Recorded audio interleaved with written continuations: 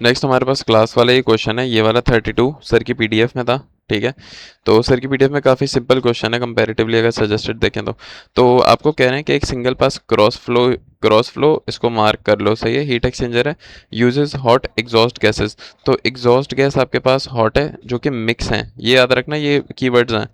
To heat water, water आपके पास ठंडा है, और ठंडा क्या चीज़ है, अनमिक्सड है। तो सिंपल आपके पास एक चीज़ मिक्स है, एक अनमिक्स है, तो आपके पास कैसे बनेंगी, आपके पास बन जाएंगी इस तरह से, इस तरह से सिर्फ फ्लो होगा।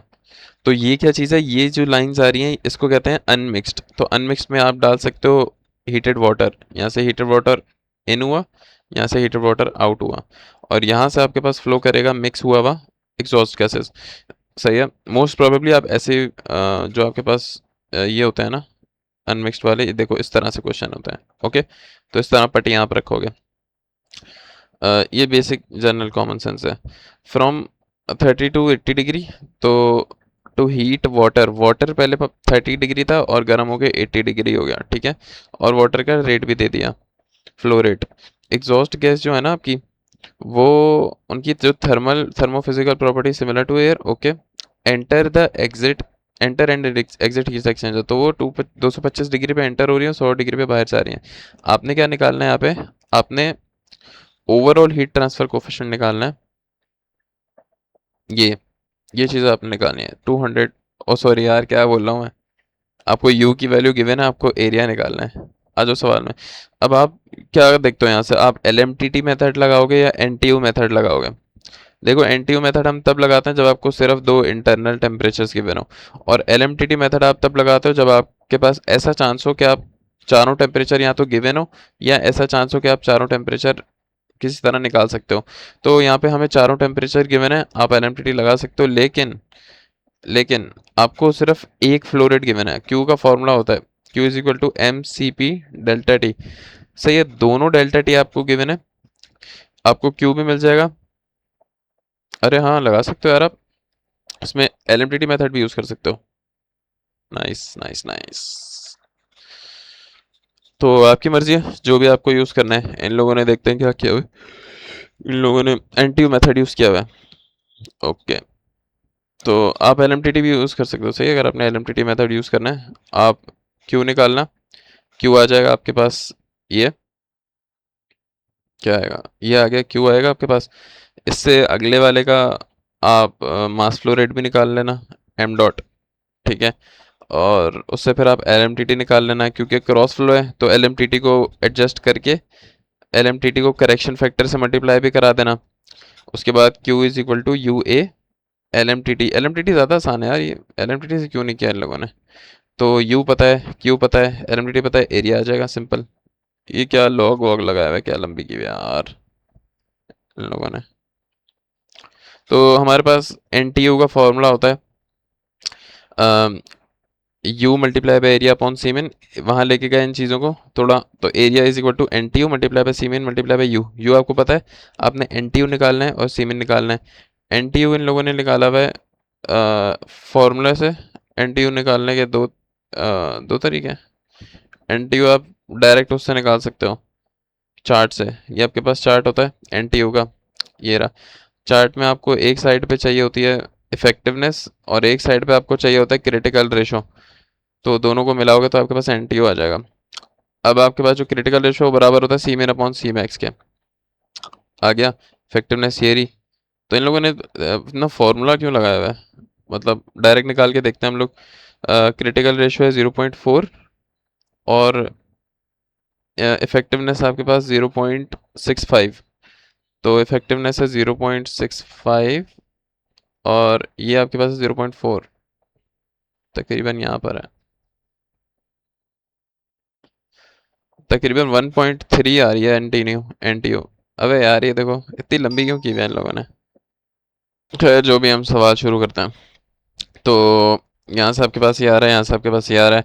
सबसे पहले आपको आउटलेट के सारे टेम्परेचर्स गिवन है, सही है, लेकिन आपको मास फ्लो रेट एक नहीं गिवन। तो सबसे पहले हम क्या कहते हैं, हम सीपी की वैल्यू निकालते हैं। दोनों का वो लेना मीन टेम्परेचर, जैसे 225 + 100 डिवाइड बाई 2, तो वो आपके पास आ रहा है कितना, 436 केल्विन, और 80 + 30/2 आपके पास आ रहा है 328 केल्विन। इस डिग्री को केल्विन में कन्वर्ट किया ना यार। तो ये आपके पास आ गया वाटर के लिए। आप वाटर पे जाओ, 328 केल्विन। ये मेरे पास एयर खुली हुई है, जो पहले एयर देख लेते हैं, जो एग्जॉस्ट गैसेज हैं। एयर के लिए टेम्परेचर कितना है 436, तो मैं आऊँगा 436 पे तकरीबन यहाँ बीच में आएगा कहीं। यहाँ पे मुझे सीपी की वैल्यू निकालनी है बीच में, यहाँ पे 1.014। तो मैं बीच में तकरीबन इसको ले लेता हूँ 1.018 ले लेता हूँ। ये जो वैल्यू है, इंटरपोलेट नहीं करना, कभी भी लंबी होगी, ज़रूरत भी नहीं है, बहुत माइनर डिफरेंस है। सही है। तो 1 पॉइंट था 4 पॉइंट, अच्छा ये रहा 1.0। देखो मैंने 18 लिया था, इन लोगों ने 1 लाइन ले लिया, तो इंटरपोलेट नहीं, अंदाज़ा से ले लेना, ठीक है। इसी तरह जो मेरा वाटर है, वाटर के लिए मैं जाता हूँ अपना टेबल A6 पे। This is my table, not my, this is table A6। अस्सलाम वालेकुम। तो टेबल A6 पे जाकर आपने 328 डिग्री पे जाना है, 328 तकरीबन 325 ये रहा। यहाँ पर सीपी की वैल्यू आपने ले लेनी है, सी पी एफ लेनी है। सी पी एफ कहते हैं लिक्विड को, तो वाटर आपका लिक्विड फॉर्म में 4.182 है, आप 4.182 ही लेना, 4.184। ओके, तो आपके पास सीपी की वैल्यू आ गई। नेक्स्ट आपने क्यू निकालना होता है। यार इन लोगों ने निकाला हुआ नहीं है क्या, क्या कर रहे हैं इन लोगों ने? क्यू नहीं निकाला हुआ, डायरेक्ट इन लोगों ने सॉल्व किया था काफ़ी। तो मैं आपको बताता हूँ आप इसको स्टेप वाइज कैसे सॉल्व कर सकते हो। आसान, इन लोगों ने भी वैसे शॉर्ट मेथड यूज़ किया हुआ है, सही है, अच्छा है। तो आपका Q बराबर होता है किसके, M C P delta T. ये इन लोगों ने निकाला हुआ है कोल्ड के लिए, तो कोल्ड और हॉट का फ्लो रेट तो सेम होता है, ठीक है। तो Q is equal to M C P delta T, मतलब T C minus out minus in, बड़ा माइनस ज़्यादा।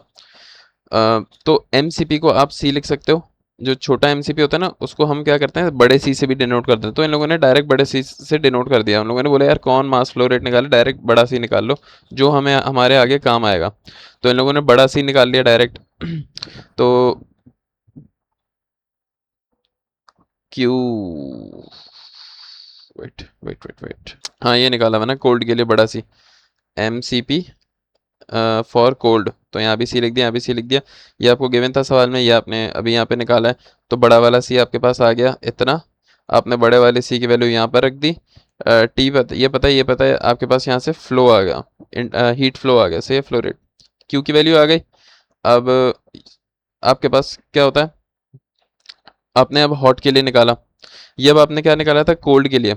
और इसी तरह अब आप हॉट के लिए निकालोगे ना, तो हॉट के लिए क्या आएगा, Q is equal to M hot C P hot और temperature in minus temperature out. यहाँ पे इन माइनस आउट क्यों, क्योंकि हॉट का टेम्परेचर अंदर आने वाला ज़्यादा होगा, बाहर आने वाला कम होगा, तो बड़ा माइनस ज़्यादा करते हैं। अब इन लोगों ने क्या किया, यहाँ पर आपको हॉट के लिए फ्लो रेट नहीं गिवन, सही है, एम एच नहीं गिवन। ये जो सवाल है यहाँ पे आपको सिर्फ जो फ्लो गिवन है वो कोल्ड का गिवन है, हॉट का नहीं गिवन। तो अब आपके पास क्या चीज़ है, आपको ये भी पता है, ये भी पता है, ये भी पता है, ये भी पता है, यहाँ से आप एम निकाल सकते हो, सही है। तो इन लोगों ने क्या किया, आपको एम आगे काम नहीं आता, आपके पास काम आता है कैपिटल सी। इन लोगों ने एम सी पी, ये जो वैल्यू है ना, इस पूरे को कैपिटल सी से डिनोट कर दिया, कैपिटल सी एच। तो ये इस तरह इन लोगों ने लिख दिया यहाँ पे, इसको वहाँ लेके डिवाइड कर दिया, ये आपके पास फॉर्मूला बन गया। क्यू दोनों का सेम होगा, हॉट और कोल्ड का। आपने वैल्यूज डाली यहाँ पे, तो आपके पास सी एच की वैल्यू आ गई। अब आपने देखना है इनमें से ग्रेटर कौन सा है, छोटा कौन सा है। तो सी एच आपके पास 5000 है और सी सी आपके पास कितना है, 12000। तो आप लिख सकते हो कि सी सी आपके पास मैक्स है और सी एच आपके पास मिनिमम है। ओके, आपने ये लिख दिया। फिर आपने निकालना होता है क्रिटिकल रेशो। क्रिटिकल रेशो बराबर होता है सी मिन अपॉन सी मैक्स के। आपने सी मिन अपॉन सी मैक्स किया, इन दोनों को डिवाइड किया, तो आपके पास क्रिटिकल रेशो आया 0.40, ठीक है। इफेक्टिवनेस बराबर होती है, जो भी आपके पास हीट आ रहा है ना, उसको डिवाइड करते हैं मैक्सिमम हीट ट्रांसफर से। तो आपके पास इफेक्टिवनेस जैसे एफिशिएंसी होता है ना, उस तरह मैक्सिमम से जब डिवाइड करते हैं तो आ जाता है आपके पास। मैक्सिमम कैसे निकालते हैं, मैक्सिमम का ये फॉर्मूला होता है, मैक्सिमम का ये फॉर्मूला होता है, क्यू मैक्स किसके बराबर होता है, क्यू मैक्स बराबर होता है सी मिनिमम मल्टीप्लाई बाय टी, मतलब एम सी पे डेल्टा टी होता है, लेकिन यहाँ पे ये चीज़ चेंज करते हैं। ये सी मिनिमम क्यों लेते हैं, मैंने पिछली वीडियो में बताया था, वो देख लेना, वो वाला पार्ट देख लेना जब मैंने बताया है। तो hot in minus T cold in, ये हमने क्यों किया है, क्योंकि हॉट इन का टेम्परेचर पूरी सवाल में सबसे ज़्यादा होता है, कोल्ड इन का टेम्परेचर पूरी उसमें सबसे कम होता है, तो मैक्सिमम हीट ट्रांसफ़र आपको मिलेगा, ठीक है। तो यहाँ से इफेक्टिवनेस का फॉर्मूला लगा के आपको ये आएगा, इन दोनों को आपने यहाँ पे ग्राफ में मिलाना है, आपके पास एन टी यू क्या आ जाएगा जो अभी हमने निकाला था, जैसे 0.7 और 0.4 यहाँ पे आके गिराया हमने तो 1.3 आ गया था। नहीं तो ये मैं पहली बार फॉर्मूला देख रहा हूँ, फॉर्मूला भी याद कर लो। फॉर्मूला देखता हूँ अगर यहाँ कहीं लिखा हुआ है इन लोगों ने एन टी यू के लिए, पता नहीं कहाँ से आया फॉर्मूला, लेकिन जो होगा फॉर्मूला भी होगा ये वाला एन टी यू निकालने के लिए। ये आपको पता है, ये आपको पता है, ये आपको पता है, आप फॉर्मूला में लगा के भी निकाल सकते हो। तो अगर आपको इशू है कि यार ग्राफ में हो सकता है मैं कुछ गलत देख लूँ, तो फॉर्मूले से कर लेना। मुझे पता नहीं है, पहली बार देख रहा हूँ वैसे वैसे मैं नया फॉर्मूला। तो एन टी यू के फॉर्मूले में लगाया, आपके पास एरिया आ जाएगा। सारी चीज़ें प्लग इन की हैं, बहुत सिंपल है।